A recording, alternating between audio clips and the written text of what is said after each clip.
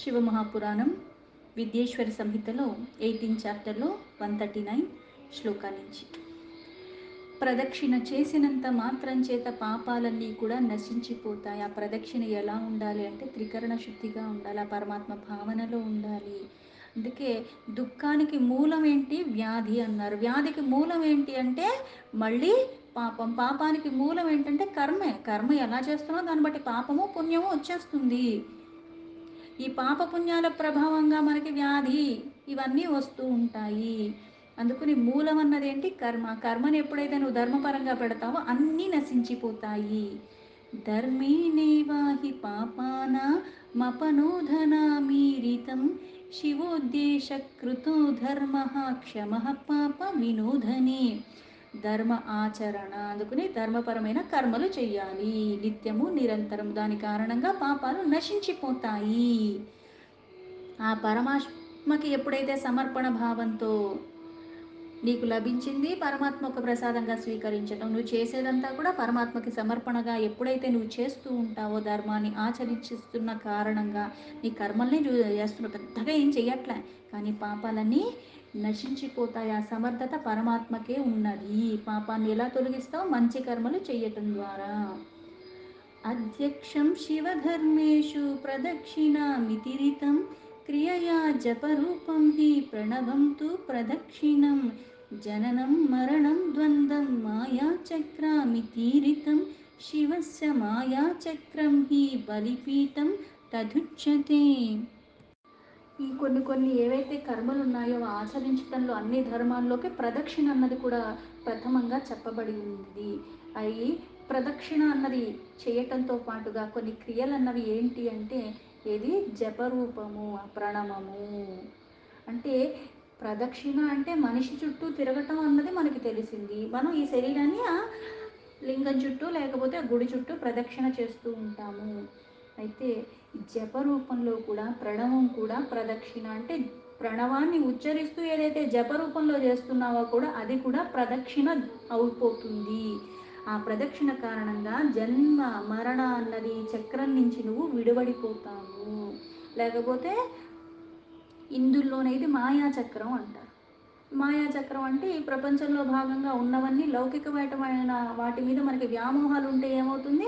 కోరిక వస్తుంది. ఆ కోరిక కారణంగా మళ్ళీ కొన్ని కర్మలు చేస్తూ ఉంటాను. దాని కారణంగా కొన్ని వాసనలు పెట్టుకుంటూ ఉంటాను.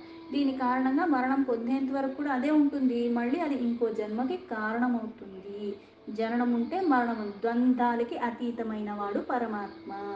ఇందులోంచి నేను బయటపడాలంటే ఆయన ఎలా పట్టుకోవాలి అంటే ఈ జపరూపమైన ప్రణవాన్ని పట్టుకుంటే అప్పుడు ఈ మాయాచక్రాన్ని నువ్వు దాటగలవు. అందుకే ఈ ప్రదక్షిణ చెయ్యటం కూడా ఏదైతే మనకి శివలింగం ఉంటుందో దానికి మళ్ళీ బలిపీఠము అంటారు. మొదలు పెట్టేది అక్కడి నుంచి మొదలు పెట్టాలి ప్రదక్షిణ. బలిపీఠం సమారభ్య ప్రదక్షిణ క్రమేణ వై పదే పదాంతరం గత్వా బలిపీఠం సమావిశేత నమస్కారం తతః కుర్యాత్ ప్రదక్షిణామితిరితం నిర్జగామజ్జననం ప్రాప్తం నమస్త్వాత్మా సమర్పణం. ఈ ప్రదక్షిణ చేసేటప్పుడు ఎలా అయితే మనకి శివలింగం వచ్చేసరికి ఎక్కడైతే ప్రాణప్రతిష్ఠ జరుగుతుంది మనకి ఎలాగో ఇప్పుడు మళ్ళీ అది శివలింగం అన్నది మనకి ఎదురుగా ఉండదు. అయితే ఇది మనకి గుడి లోపల ఉంటుంది. మనం దాని చుట్టూ తిరుగుతాం కానీ దీని చుట్టూ తిరగం. కాకపోతే ప్రదక్షిణ శివలింగానికి చేసేటప్పుడు మనం ఏదైతే ప్రాణప్రతిష్ఠ చేసుకుని మనం చేసుకుంటాం, మనకి అది వీలుగా ఉంటుంది. కాబట్టి దీనికి ఏం చెప్తారంటే ఆ బలిపీఠం అన్నది ఎలా ఉంటుంది అంటే ఆ లింగం అన్నది ఎక్కడైతే ఉంటుందో అక్కడ నుంచి మొదలు పెడతావు, దానికి ఎదురుగా మొదలు పెడతావు ఈ ప్రదక్షిణ. ఈ ప్రదక్షిణ అన్నది మళ్ళీ అలాగ వచ్చి ఎక్కడైతే ఆ నీళ్ళు అన్నవి పోస్తే మనకి ఎలా అయితే ఎక్కడి నుంచో కిందకి పడిపోతే అక్కడ దాకా వెళతాం. కానీ దాన్ని దాటి ఇటు వరకు రాకుండా మళ్ళీ అటు నుంచి వెనక్కి తిరిగి మళ్ళీ ఈ చివర ఎక్కడైతే చివరి దాకా ఉందో అక్కడ దాకా వచ్చి మళ్ళీ ఎక్కడైతే మొదలు పెట్టానో అక్కడికి వచ్చి ఆగితే అది ఒక్క ప్రదక్షిణ అవుతుంది. అంతేగాని ఎక్కడైతే దారగా కారుతుందో అటు పక్కకి వెళ్ళకూడదు అంటారు. అక్కడ దాకా వెళ్ళి మళ్ళీ వెనక్కి తిరిగి వచ్చి మళ్ళీ ఎక్కడ మొదలు పెట్టానో అక్కడికి వచ్చి ఆగిపోవాలి. అది అలా వచ్చి అప్పుడు నమస్కరించాలి. దీన్ని ప్రదక్షిణ అంటారు. ఇలా ఎవరైతే చేస్తున్నారో ఆత్మ సమర్పణ అయిపోయినట్టుగా అవుతుంది. అంటే ఆత్మ సమర్పణ అన్నది ఎవరికి చేస్తున్నావు? పరమాత్మకి చేస్తున్నావు. అందుకే ఇలా భక్తిపూర్వకంగా ఎవరైతే చేస్తున్నారో దాని కారణంగా ఈ జనన మరణాల నుంచి బయటపడిపోతారు. జననం మరణం ద్వంద్వం శివమాయా సమర్పితం శివమాయార్పితద్వంద్వో నా పునస్త్వాత్మ భాగ భవేత్ వ్యా యావత్తేహం క్రియాధీనః సా జీవో బద్ధ ఉచ్యతే దేహత్రయావశీకారే మోక్ష ఇత్యుచ్యతే బుద్ధ్యేహ. ఈ జనన మరణ రూపంలో ద్వంద్వాలు ఆ పరమాత్మ మాయ కారణంగా మనకవి లభిస్తూ ఉంటాయి. ఆ మాయని దాటితేనే ఎలా అయితే భగవద్గీతలో కూడా చెప్పారో ధ్యానం చేయాలి, ఇవన్నీ చేయాలి. దానికి మనస్సు బుద్ధి అహంకారం ఇవన్నీ విడి నువ్వు ఇంద్రియాన్ని జయించి కర్మేంద్రియాలు జ్ఞానేంద్రియాలు ఈ మనస్సు బుద్ధి చిత్తం ఇవన్నీ నీ ఆధీనంలో ఉండి అన్నీ విడిచి శరీరమే నాదనుకుని ధ్యానంలో లీనమైపోవాలి.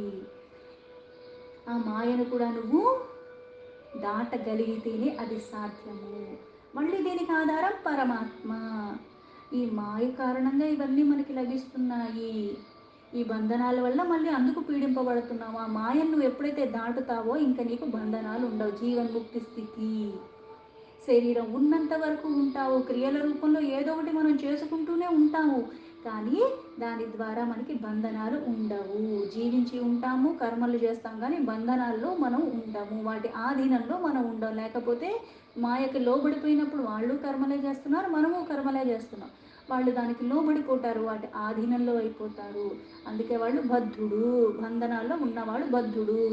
జీవన్ముక్తి అన్నది బంధనాల నుంచి విడిపడిపోయిన వాడికి. మాయా చక్ర ప్రాణోతాహి శివ పరమకారణం శివమాయార్పితద్వందం శివస్తు పరిమార్జిత. ఇది మాయ. పరమాత్మ సృష్టిలో భాగమే మాయ కూడా. కానీ పరమాత్మ మాయాతీతుడు. ఆ మాయాతీతుడు పట్టుకుంటేనే మాయని దాటగలవు. ఎలా అయితే మనకి 3 రకాల శరీరాలు ఉన్నాయి, స్థూల సూక్ష్మ కారణ. ఈ 3 శరీరాలు వశంలో ఉంచుకుంటేనే, అంటే ఈ జన్మలో ఈ పూర్వజన్మలో అన్నీ నేను వదిలించుకేసుకుంటేనే ఆ కర్మపాశం అన్నది నాకు ఊడిపోతుంది. ఈ 3 వశంలో ఉంటేనే జీవితం మోక్షానికి అప్పుడు మనకు అర్హత వస్తుంది. అంటే స్థూల శరీరము, సూక్ష్మ శరీరం, కారణ శరీరం, ఈ 3 అంటే కొన్ని కొన్ని చేస్తూ కొన్ని వాసనలు వస్తుంటాయి. అన్ని రకాల వాసనలు. అందుకే శుద్ధి చెందాలి. ఇన్ని కోట్ల సార్లు జపం చేస్తే ఇది పంచభూతాలకి ఇది ఇది అని, పైగా మనకి తన్మాత్రకు ఒక్కొక్కదానికి ఇన్నిన్ని కోట్లు ఇన్నిన్ని లక్షలు జపం అని ఎందుకు చెప్పారు అంటే ఈ 3 రకాల శరీరాలు ఏవైతే స్థూల సూక్ష్మ కారణం ఉన్నాయో ఇవన్నీ నువ్వు బంధనాలు తీసుకెళ్ళిపోతాయి. ఇవన్నిటినీ నువ్వు ఎప్పుడైతే జయిస్తున్నావో అప్పుడు నీకు మోక్షం లభిస్తుంది. అదే జ్ఞానులు చెప్తున్నారు. ఈ మాయా చక్రంతో నిర్మించబడినది ఎన్నిటికీ కారణం. దాన్ని నువ్వు దాటేస్తావు. శివేన కల్పితం ద్వంద్వం తస్మిన్నేవ సమర్పయేత్ శివస్యాతి ప్రియం విద్యాత్ ప్రదక్షిణా నమో బుధః. ఆ మాయాతీతుడైన పరమాత్మని పట్టుకోవటం, అలా పట్టుకుంటే ఈ చక్రాన్ని నువ్వు దాటగలవు. మోహాలు ఈ భోగాల మీద ప్రీతి పోవాలి. ఆ సమర్పణ అందుకే త్రికరణ శుద్ధిగా చేసుకోమంటారు. అందుకే విద్వాంసులు ఏం చెప్తారు? నమస్కారం ప్రదక్షిణ అన్నది ప్రధానము. మనకి నిత్య పూజలో కూడా చివరిలో నమస్కారం చేయాలి, జపం చేయాలని ఎందుకు చెప్పారు? ఎందుకంటే సమర్పణ భావంతో నువ్వు చెయ్యాలి, మమేకమైపోవాలి. అందుకే పరమాత్మకి నమస్కార ప్రదక్షిణ జప ఈ 3 అంటే అతి ఇష్టము. ప్రదక్షిణ నమస్కారా శివస్య పరమాత్మనః షోడశేరుపచారేశ్చ కృతా పూజా ఫలప్రద. ప్రదక్షిణ అవినాశయం హి పాతకం నాస్తి భూతలే తస్మాత్ ప్రదక్షిణే నైవ సర్వపాపం వినాశయేత్. పరమాత్మకి ఈ ప్రదక్షిణ నమస్కారాలు 16 ఉపచారాలతో పూజించటం ద్వారా మనకి చాలా ఫలితం వస్తుంది. ఎందుకు ఉపచారాల రూపంలో అంటే క్రమేణా ఇంద్రియాన్ని జయిస్తాం. ఆ కాసేపన్నా సరే వికారాల రహితంగా ఉంటాం. క్రమేణా చరాచర జీవరాశుల్లో సర్వము పరమాత్మమయమే. పరమాత్మ కానిది లేనిది ఏదీ లేదు. అందుకే ఈ భూమి మీద ఏ పాపమైనా సరే నశించిపోదు అనటానికి వీలు లేదు. ఎందుకంటే ఆయనకి ఎప్పుడైతే త్రికరణ శుద్ధిగా ప్రదక్షిణ చేస్తున్నావో అది దేన్నన్నా నశింపచేస్తుంది. పరమాత్మకి సాధ్యం కాదంటూ ఏదీ లేదు కదా. అందుకే ఆయన్ని ఆశ్రయించటం, ఆ త్రికరణ శుద్ధిగా ప్రదక్షిణ చేయటము, దాని ద్వారా సకల పాపాలు కూడా నశించిపోతాయి. ఆ విశ్వాసం కూడా నీకు ఉండాలి. అందుకే సకల పాతక నాశిని అంట. ఆ ప్రదక్షిణ చేయటం ద్వారా పైగా 16 ఉపచారాలు అన్నది ఏంటంటే నమస్కారంతో మళ్ళీ చివరన అవుతుంది. ముందేం చేస్తున్నావు అంటే ఆహ్వానం చేస్తున్నావు, ఆసనాన్ని ఇస్తున్నావు, ఆర్ఘ్యం పాద్యం మళ్ళీ ఆచమనీయం ఇన్ని చేసి, స్నానం అని చెప్పి, వస్త్రం అని చెప్పి, యజ్ఞోపవీతం అని చెప్పి, మళ్ళీ నైవేద్యాలని చెప్పి, ధూప దీప ఇవన్నీ చేసి ఏంటి క్రతువులు నువ్వు చేసేది, మళ్ళీ తాంబూలం ఇస్తున్నావు, చివరిలో మళ్ళీ నమస్కారం చేస్తున్నావు. పరమాత్మను నువ్వు ఎప్పుడైతే నీకు కూడా నువ్వు ఏది చేసుకుంటున్నా సరే నీ లోపలికి ఒక నీరుని తీసుకున్న పరమాత్మకే సమర్పిస్తున్నాను. ఎందుకంటే ఆయన లోపల ఉన్నాడు కాబట్టి నేను బ్రతుకున్నాను. లేకపోతే ఈ శరీరము జడంతో సమానము. ఈ విచక్షణ ఉండాలి. అందుకే ప్రదక్షిణ మాత్రం చేత సకల పాతకాలు కూడా నశించిపోతాయి. ఆ ప్రదక్షిణ అన్నది నువ్వు అంతలాగా వెళ్ళిపోయాం, ఏదో తిరిగేసాం, వాళ్ళని వీళ్ళని తోసేసుకొని నీకన్నా నేను 5 నిమిషాలు ముందు చేసేసాను, నేను భలే ఉరుక్కుంటూ చేసేసాను, నేను చూసావా పొద్దున్నే 4ంటికి వెళ్ళి ప్రదక్షిణ చేశాను కాదక్కడ.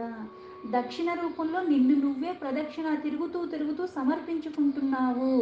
అంతలాగా పైగా ప్రదక్షిణ కూడా ఎలా చేయమన్నారో తెలుసా?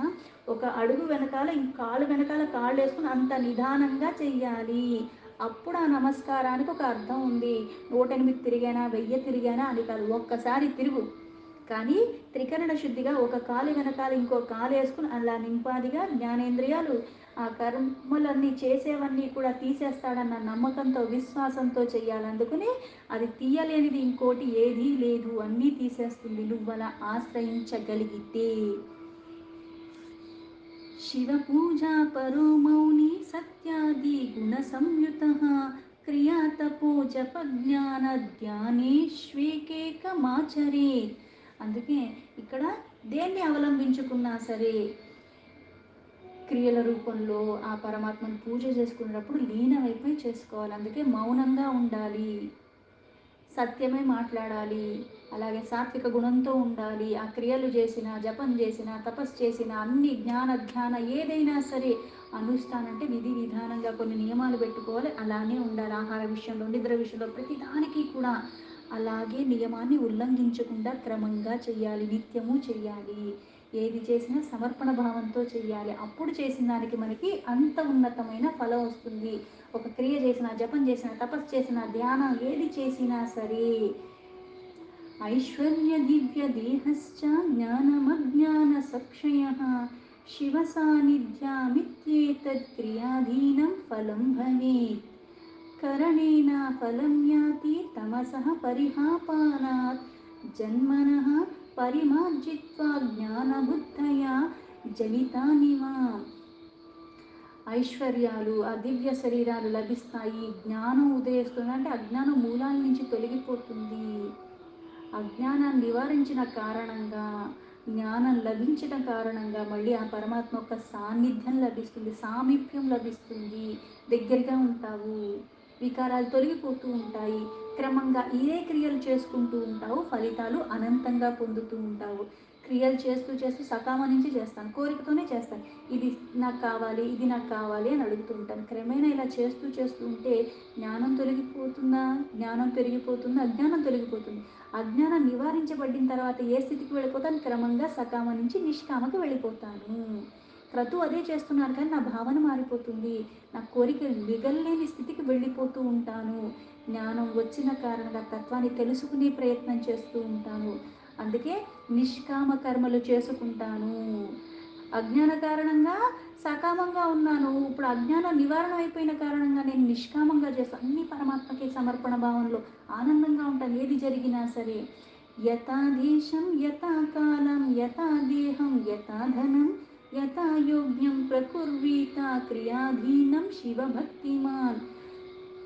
యోగ్యత బట్టి అంటే ఇప్పుడు ఆ సమయానికి సందర్భానికి నాకు ఎంత వీలవుతుందో, భక్తిలో లోపం లేదు, శ్రద్ధలో లోపం లేదు, దేశకాల పరిస్థితులకు అనుగుణంగా, అలాగే నా శరీరం ఎలా సహకరిస్తుందో, నా దగ్గర ఉన్నదాన్ని బట్టి, అందుకే యథాయోగ్యత అంటారు. దాన్ని బట్టి నేను నియమాలు పెట్టుకుంటాను. 100 మందికి పెట్టుకుంటాను, 10 మందికి పెట్టుకుంటాను.